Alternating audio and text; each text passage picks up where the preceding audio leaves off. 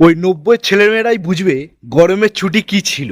সোনার কেল্লা, গুপি গাইন বাগাবাইন, হীরক রাজার দেশে গুপি বাগা ফিরে এলো। ওরাই জানে অমল দইওয়ালা আর ওই কাবলিওয়ালা ঝুলিতে কি ছিল। আচ্ছা, একটু জলপাই কোথায় বলো তো? ওই পাকা আম দিয়ে রুটি চটকে খেয়ে মাঠে যাওয়ার তাড়া ছিল। ওরা এমনও একটা সময় ছিল। আর আজ এই কংক্রিটের দুনিয়ায় সেই নকশিকাঁথার মাঠটা কোথায়, যেখানে ওই তাল গাছটা এক পায়ে দাঁড়িয়ে সব গাছ ছাড়িয়ে ওই পেট কাটা ঘুড়িটাকে ধরতে চায়। আজ মঙ্গলবার, পাড়ার জঙ্গল সাফ করার দিন। উফ, কি রঙিন। মাঝে মাঝে তো ওই লোডশেডিং এর রাতে লুকোচুরি খেলার মাঝখানেও ওই ভূতের রাজা বর দিয়ে যেত। উফ, যদি আজও এমন হতো। তবে একটা জিনিস ঠিক, এই আজকের দিন এবং পুরোনো দিনের মধ্যে অনেক পার্থক্য।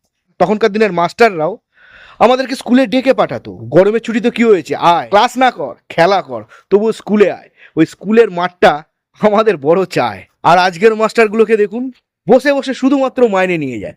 সিরিয়াসলি বলছি, তখনকার মাস্টার আর এখনকার মাস্টারের মধ্যে অনেক পার্থক্য। ওই শিক্ষা প্রতিষ্ঠানগুলো এখন আর শিক্ষা প্রতিষ্ঠান নেই।